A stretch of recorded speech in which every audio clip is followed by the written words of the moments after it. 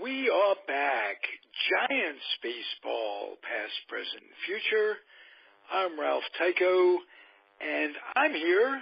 The co-host, Michael Duca, is on his way, and we both have a very special guest.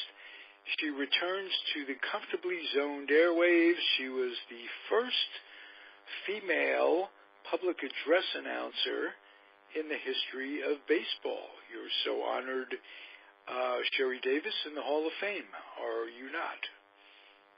Well, my picture is there and my scorecard from opening day in '93. Nice. Yeah, very nice. I'm very honored. I remember you beating me out in a contest for public. They had it in the parking lot. They assembled everybody in the parking lot of Candlestick Park, and you were just tremendous to do what you did, and a pioneer. I wish I had the job. The job was, and you explained what you had to do for, 4, 5, 6 years? 7 years. 7 years, wow. Yeah, 93 to 99. The last Candlestick years. Absolutely. Michael Duca, the host of the show, joins us. We have a special guest. I was going to surprise you, Michael. It's Sherry Davis. Hi, Michael. You're breaking up. I think that said Sherry Davis, didn't it? Yep. How are you, sweetheart? I'm great. So nice to talk with you. It's been a long time, Michael. Yeah, we're talking about the years from 93 on when Sherry got the job and I didn't. I auditioned with vigor, and I was with 498 others. Wow, were there that many? I don't remember There were 500. Whoa. Yep. Got to talk into the microphone. There would have been 501 if I'd have had the courage. Oh, Michael, I can't believe you didn't. Well, I'm glad you didn't. I might not have gotten it. Well, you both have the pipes for it, one way or the other. Sherry, what was the first day on the job, so to speak, like? Oh my goodness. Well, it was an hour-long pregame show. Tony Bennett sang God Bless America, and I Left My Heart in San Francisco, and the Grateful Dead did the national anthem, and then 4 Giants Hall of Famers, plus Orlando Cepeda, who I was lucky enough to say, and a man who rightfully belongs in the Hall of Fame, Orlando Cepeda. He later got in throughout the first pitch. And the game went into extra innings. So it was a pretty intense day. And you announced all these people in the pregame show. Oh, yes. It was a long, long day. And I realized as soon as I'd finished everything and given the winning pitcher and the save and what have you and told everybody to drive safely, I moved, and I think it was the first time I had moved. I was rigid with my pen in my pencil in my hand to keep score and my leaning over the microphone. I had not moved in several hours. So I was stiff as a board after it. Do you happen to have a tape or anything of that day that No, I have heard myself introducing the Grateful Dead several times. There is tape of that still around, and it pops up every now and then. Very cool.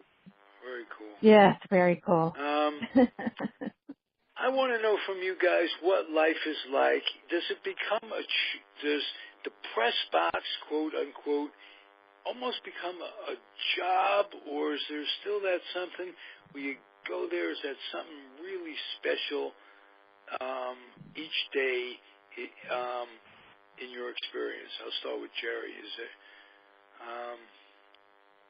Does it become mundane, I guess, is the question. question. Oh my God, no, never. I worked as a legal secretary. That's a job. This was a Okay. joy. It was a joy. There was not a day that wasn't joyful for me. Every day you can see something that you've never seen before. Every day I got to go there before the park opened to the public, and that was my favorite time. There's nobody up in the press box except probably Bob Stevens or Charlie Silvera, the old guys up there. Everybody else was down on the field or in the clubhouse getting their quotes, and it was just, the guys were down on the field being boys before they were, open to the public, and it was just beautiful, and I treasure every day. And I'll turn it over to you, Michael. Michael, I said Jerry. That's where everybody went, well, the hell is he talking Oh, I thought you said Sherry. I'm sorry. No, I said... We thought you said Sherry, but if Sherry Michael. Feidelberg shows up, I'll understand. All right. Well, Michael, I'll let you... I had Jerry Feidelberg as the co-host on these very airwaves right before this show on the Oakland sports show that I do. So just to explain it and to say that I'd like to get you and Jerry on sometime together, Michael, because you guys go way back. We do. Yeah, so you caught me producing on the fly as we go. Has it become mundane in any way for you?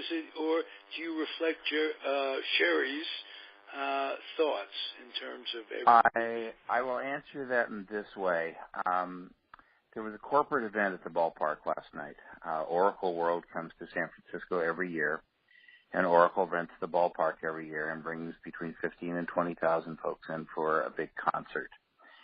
And as I was walking the concourse last night at that concert, just sort of being an ordinary civilian standing in line to get food and beverages and whatnot, the thought occurred to me that, I'm sort of walking through my living room. The ballpark feels more like home to me than home does. I think probably because I spend more time there than I do at home. And I honestly can tell you, Ralph, that I never, ever, ever forget when I'm sitting there looking out the window at 41,000 people who have paid seriously good money to be there, that every single one of them would give a limb to trade places with me. No question. Absolutely no question. The official score, there's power in that in the sense that you're preserving righteousness. And that's got to be a great feeling for the game. Well, there's a little bit of power, but I describe the job very simply. I say that we are the custodian of the comparability of eras. We are responsible for making sure that when you look at Buster Posey and you try to compare him to Bill Dickey, that you have some reasonable basis on which to do that the numbers mean the same thing as they used to. I'll ask you this. Can we compare players of generation to generation anymore? Or has PEDs, that comes to mind first, has that really ruined it in terms of, could we really know for sure, was Barry Bonds better than Ty Cobb? Was Barry Bonds better than Ted Williams? That kind of thing. And I'm going to, I rarely do this, Ralph, but I'm going to answer a question with a question. Do we need to? No, we don't, but we did, and I loved being able to do so in the past as a kid. Go back, argue, debate, learn, and you're the one who really brought it up because you said when we compare Bill Dickey to Buster Posey. And yes, and you asked, are we able to? To compare across eras? And to me, what that question implied was, are we able to definitively answer the question, who was better? No. To which my response is, do we need to? Are we able to compare? Okay. I thought you were saying, do we need to compare? No, of course we can compare. We're going to, whether or not it's valid. My point is that we want to try to make that comparison as objective as we can make it, with the understanding that, you know, we have snatches of film of Bill Dickey that have survived, and rare snatches of film of Ty Cobb that have survived, and we can watch every single inning of every single game that Buster Posey has ever played. You know, I mean, the research materials that are available to us are quite different, but you know, and then there were the intangibles who surrounded Bill Dickey in the lineup. He had people, you know, Gehrig, Ruth, all these guys, and then Dickey. So he had certain advantages statistically that not just Posey, but anybody else didn't have, and that same thing could be said for anyone else. You know, who McCovey had Mays and Cepeda around him, and that sort of thing. So all of this is true. I recall a conversation about 30 minutes long that I had with Al Rosen on the day that I met him, which happened to be on a team plane flying across country. So one or the other of us was captive in that situation. I'm not sure which. But we had a conversation about whether players of his era were better than modern players, and he was absolutely convinced that modern-day players were no better than players of his time. And I said, you know, I discussed the fact that, you know, well, how about all of the great plays that are being made now that were not being made in those days? I mean, you know, when the entire National League hit 300 in 1930, I've got to believe that at least some of that had to do with fielding capabilities and conditioning and things of that nature. And his response was very interesting. He said, well, gloves are huge now. Well, okay, sure, but you still have to be able to manipulate the glove, Al, and they still play within a certain size. I mean, the rule book limits the size of gloves. And what we finally got down to was a conversation about the immaculate beauty of the design of the game, how 90 feet between bases has been a distance that has produced bang-bang plays at first base for 150 years. Yeah. Oh, but as generations come and go, there's also different emphasis on plays. In the past, I think fielding was a lot more magnified. Today is the era of the home run and stolen bases, and a lot of things were not even considered back in the day as a stat, as it were. So there are different emphasis within each era, I believe, on how you play the game. I think, Sherry, I think that's correct. I think it also has to do with a different emphasis on understanding the game itself. If you look at, you know, I mean, if you take a deep dive into things like Sabre, you will find that there are guys there who do highly sophisticated mathematical number grinding using things like Markov chain analysis to determine lineup construction optimization, things of this nature. But not that anybody needs to understand that, but my point is, you know, the RBI didn't become an official stat until the 1950s. Now, it is not, you cannot conceivably convince me that before 1950 nobody cared how many runs were scored. Really? Right. But Ruth and Lou Gehrig didn't have RBIs compiled? They had RBIs compiled, but it was not an official stat and defined until then. You know, sacrifice flies. You used to get a sacrifice fly for advancing a runner from second to third. That stopped in the late 50s or early 60s.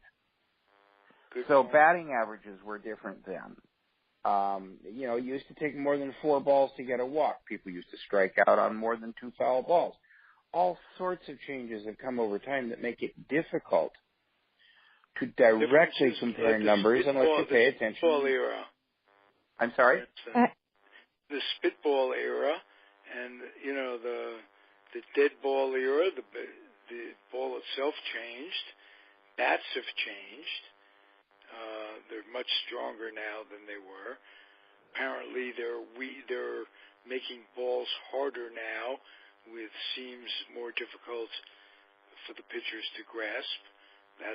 That changes year to year. Yeah, that's true. That's true. And there's a stat that I missed, and that was the game-winning hit. I always liked. I enjoyed that stat, and now it's just another hit. Yeah, the game-winning RBI things changes. The game-winning RBI went out the window because it was poorly defined. If you single in a run in the top of the first inning and your team goes on to win 13-0, that's hardly the game-winning RBI, and yet it was counted as the game-winning RBI.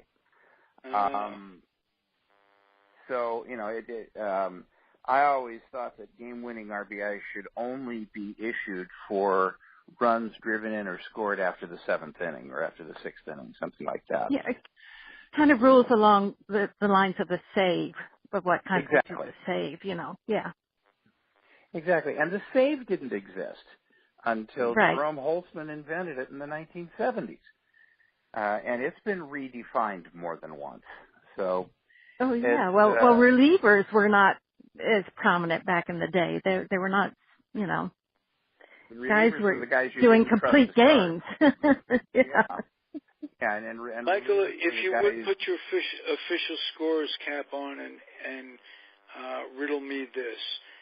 There are games when a pitcher doesn't go the required 5 innings to get a win, and the relief pitchers coming in, it's subjective in one way or another who gets the win.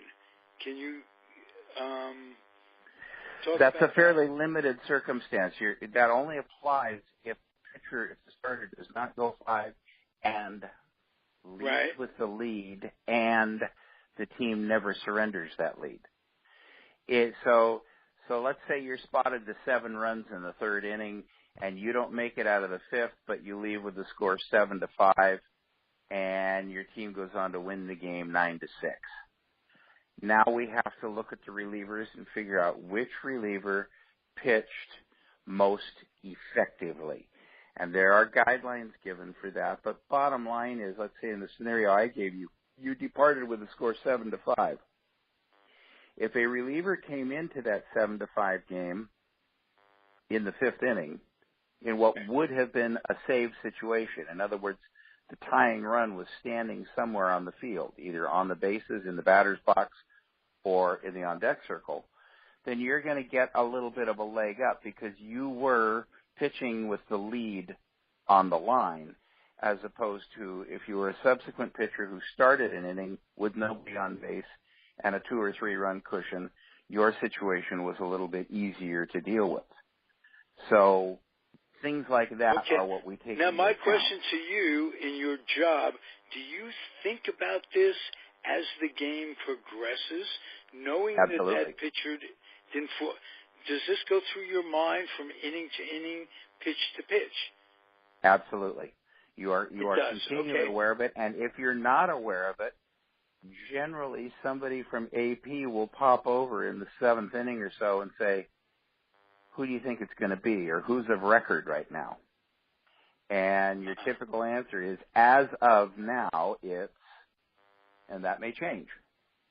But, you're always thinking about it, and it's good that people actually do come up and force you to consider it early so that you can more effectively judge what comes after the question. Okay, then let me you don't have very long. You don't have very long to decide that. No, when the game ends, you have to know who it is. Right. Right, so you are thinking about it quite heavily along the way. Do certain Contrary players to what many certain people think. Coaches, are there a number of players, coaches, and managers who will come to you after a game? There was an error in the third inning, and they'll come to you and say, I want you to look at this. Are some of them consistent in bitching about your call? Are some of them righteous? Some of them, if they come to you, you know it's going to be an issue. They're on the right track. They're not just doing it to bait you, kind of thing. This will be a fairly lengthy answer, Ralph. I'm going to give you a couple That's what I want. examples. Michael, it's a fairly lengthy question, so please answer in response. I have not just scored in the major leagues. I've scored in minor league baseball also. And that's a very different world because in minor league baseball you don't have replay frequently. You don't have, and if you do, it's from maybe one static home video camera that's been put on a tripod by first base. You don't have an appeals process. You don't have anyone to adjudicate the appeals. So what happens in those circumstances is, you get somebody literally comes up to the press box and drags you down to the clubhouse after the game, where you walk in, and in the A-ball clubhouse like San Jose, the manager may be sitting at his desk and his entire coaching staff is sitting on the sofa. And they haul you in, and they would like to keel haul you at that point because they are deeply upset. And I have had a conversation with a certain minor league manager who shall remain unnamed that lasted on the telephone until I got home 50 miles away over a play. Wow. And the bottom line to the conversation was something like this. Well, I've decided what the call is going to be, and if you really believe that my call is going to affect that young man's future more than your report tonight, then I would suggest you edit your report.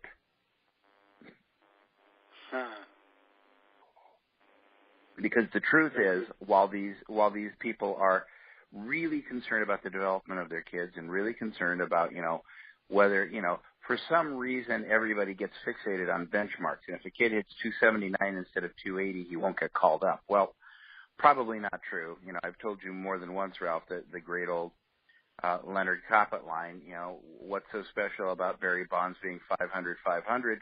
He was the only guy in history who was 500-499 yesterday. It's just a number. And you don't take that number into the batter's box with you. You take a bat and a set of skills into the batter's box with you. I have also had a hitting coach at the major league level call me during a game to argue for an RBI for his pitcher. Whoa. An RBI. Yes. They only take their bat and their arm out in the game, but boy, when they get in contract negotiations, I think those numbers take on a that's a number, Sherry, that if it came up in contract negotiations, I'd be very surprised. I don't know. What do you think, Michael? Well, I think that there are numbers that do matter. I mean, you joke about it as an official score. People say, how do you handle the pressure? And I tell them, well, there's really no pressure on me. I'm not the one whose performance clauses are going to rise or fall because of my decisions. I kind of deflect it and laugh about it. But the truth is that there are some performance clauses that may rise or fall because of your decision, but you cannot let that be a part of your decision-making in any way. You cannot but for the player, it might mean the difference between a bonus clause kicking in or not, the number of wins or the numbers of RBIs or whatever. It might for the pitcher as well. It might for both players. Exactly. Oh, yeah, of course. So now let me get around to the rest of the answer to your question, Ralph. The process has changed, and it's changed through collective bargaining. About 5 years ago, the Players Union got the appeals process changed. It used to be that the PR staff would come over and agitate the scorer to look at a play again, to change a call. And sometimes that was because they were getting phone calls or text messages from downstairs. And sometimes it was just because they knew that if they didn't do it, they were going to get raked over the coals after the game themselves.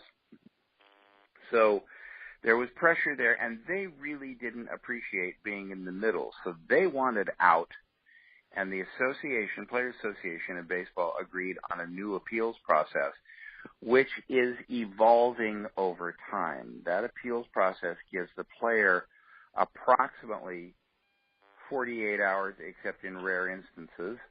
And I cannot explain the rare instances. I had one of them happen to me this year, but I can't explain how it happened because I don't know, where a player actually was able to appeal a call almost 4 days after it was made. But they have a form that they fill out now, and it can be done by a player.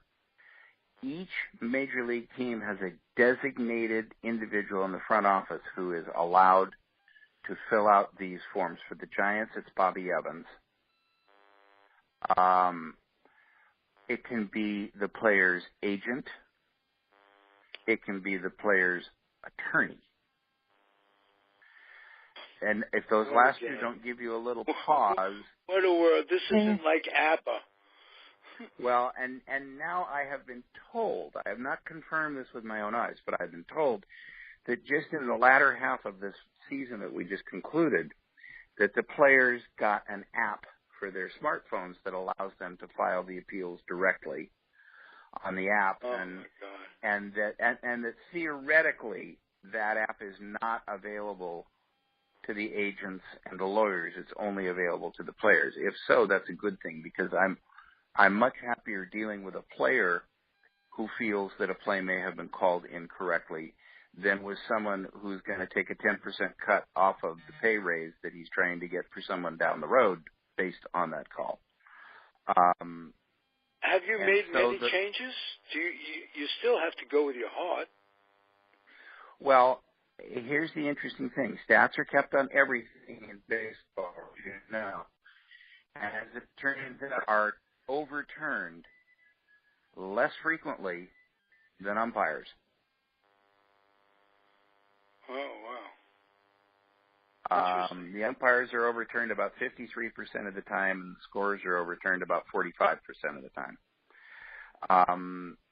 I have done the job for, I think, 14 years now, and I have been overturned on one play in 14 years. I'm very fortunate. That's not because I have not made mistakes that should have been overturned. It's because people appealed the wrong plays. There's been plenty of plays that, in retrospect, I probably should have and would have changed. But in the instance that we've got, I've only been overturned one time, and the process is that you are notified. 14 years, ladies and gentlemen, think about that. They put erasers on pencils. You don't even. I mean, that's pretty darn good. Well, the reason I've only been overturned once, Ralph, is because my erasers get used a lot. Oh. Yeah. Okay. Yeah. Sherry, did you ever make a call that you regretted making? Oh, I don't make calls. I just, not make a call, but make an announcement, spaced out, gotten the wrong info.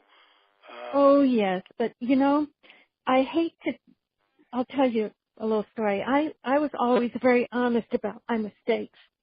And there's one that I confessed to, and it has dogged me to this day. I made my second game. I didn't realize that the umpires alerted the PA announcer to changes. I saw them point to the backstop, but I thought they were alerting the benches. So there was a pinch hitter coming up, and I went ahead and announced him, and the umpires looked at me. And I thought, what are they looking at? And they told me never do that again, and I never did it again. But as recently as a couple of years ago, Greg Papa was on with Rennell, and he again said Sherry Davis announced batters before she was notified by the umpires, and that never happened. It happened once in 7 years. So I'm really reluctant now. Did you write Greg Papa a letter or send him an email or? Yeah, but I never heard from him, so I don't know whether he got it or not. But it's something that has dogged me forever. Well, and so I'm very reluctant.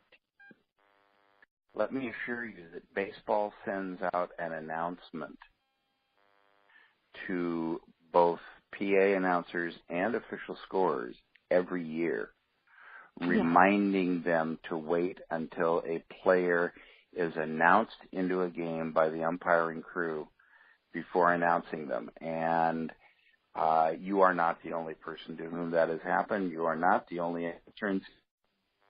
I've seen it more than once in the last 10 years.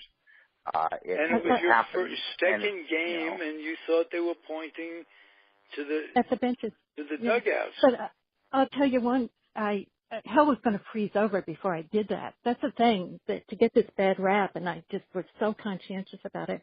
One time, the umpire just forgot. He wasn't pointing at me. I was up in there muttering under my breath, point at me, point at me, point at me. He didn't do it. So I waited till the batter got in the box, and I announced him. And the umpire turned around and he smacked his head like, what a dodo I am, you know. But not pointing. But that's the only time that I was not pointed at besides that first time. I mean, I would not do it. I would not announce them. I'd let them take a swing even. I wouldn't do it. And that's why it really aggravates me to have this rap. Hey, Sherry, we haven't talked in a while. How's your cat, Chili? Oh, he's an old boy now. He's 18 or 19. Oh, good. Michael, whenever I love going to the vet with him because they call out Chili Davis. My last name being Davis. So he always calls for Chili Davis, and I can have a little smile on my face when I take him in. Nice. Well, yeah, exactly. We must on the show and on all shows pay homage to what happened in Nevada. And, oh my gosh, yes. How horrible that is in Las Vegas. Does it cross your mind, not just because of this, terrorism has been going on for a long time. Does it cross your mind that any sporting event can be a target? Any venue, any concert? Did it ever or has it ever crossed your minds? Start with Sherry. Well, after 9/11, I think it crossed everybody's mind. Not so much during my time at Candlestick, but I think in later years, yes. I think any public gathering, it's a concern. It's unfortunate, but statistics are statistics, and crazy people are crazy people, and the proliferation of, I call them weapons of mass destruction because they're meant to kill as many people as possible. That's their only purpose, these guns. So with the magazines, it's a bad combination. Yeah. And I will answer it this way. In 2014, as you know, my wife works in the front office for the Giants, and they are generous enough to take all of the front office members to the World Series with a +1, which happened to be me in this case. So the two of us were in Detroit. We're sitting down the right field line, about 3/4 of the way to the foul pole. There is a tunnel entrance into our area, and there are 3 different uniformed police officers standing in that tunnel, and they have 3 different uniforms on. One is a Wayne County sheriff, one is a Detroit City policeman, and the third one is a county sheriff from another county in Michigan. And I remarked to one of them, gee, seems like a lot of people to guard one tunnel. And he started laughing, and he looked at me, and he said, that section you're sitting in is the safest 200 square feet of land in the state of Michigan. You are surrounded by 40 plainclothes police people. Wow. Wow. I know without being willing to tip anything further, I know that I knew, for instance, when the Juan Marichal statue was unveiled, the president of the Dominican Republic came and spoke. And you didn't have to be Hawkeye to see the snipers on the China Mesa building roof. Wow. You have to remember that AT&T Park has one side that has complete access by water. There's a reason that no one's allowed to fly drones within 200 yards of the ballpark.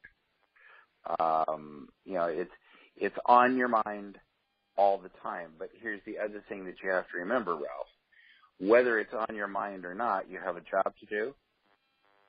And the one thing that terrorists want to do is disrupt you from doing your job.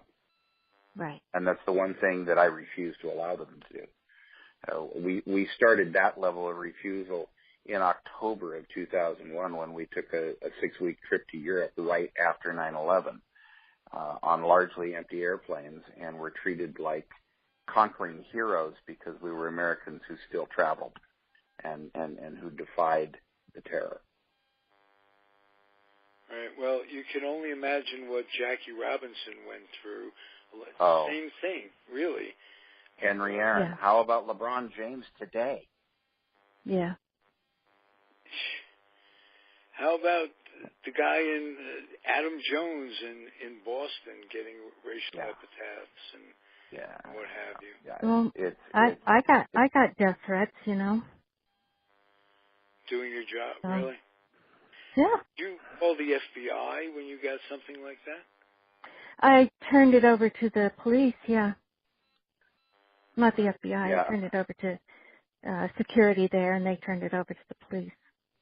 A little known factor, Ralph, is that not only do the Secret Service scope out your ballpark if they're even considering having a dignitary come out and view part of the game, and AT&T Park has seen a couple of presidents and a couple of ex-presidents, so I'm kind of familiar with what that feels like. But there's a liaison with each Major League team assigned from Major League Baseball to the local police department. There's a police department liaison. And in fact, Rich Bordy, who was a former pitcher, worked in one of the federal agencies as a security person, and now is a security detail from Major League Baseball. That's something that is thought about and dealt with every single day, and there is a structure if something like a threat were to occur for reporting that they take that very seriously. Very seriously. I had no idea that they had this in place so extensively. Wow. I feel better. It's the world we live in. Yeah. Going out to the ballpark, I got to feel better. I mean, you do. You still take precautions. You still have to be alert. You look for something that looks wrong. You look for something that looks out of place. Something that doesn't make sense. But there's folks out there paying attention the whole time. And I can be a assure commercial you that for agoraphobics. I understand why people don't want to leave the house. It's a crazy world. Yeah. Hey, listen, this has been terrific.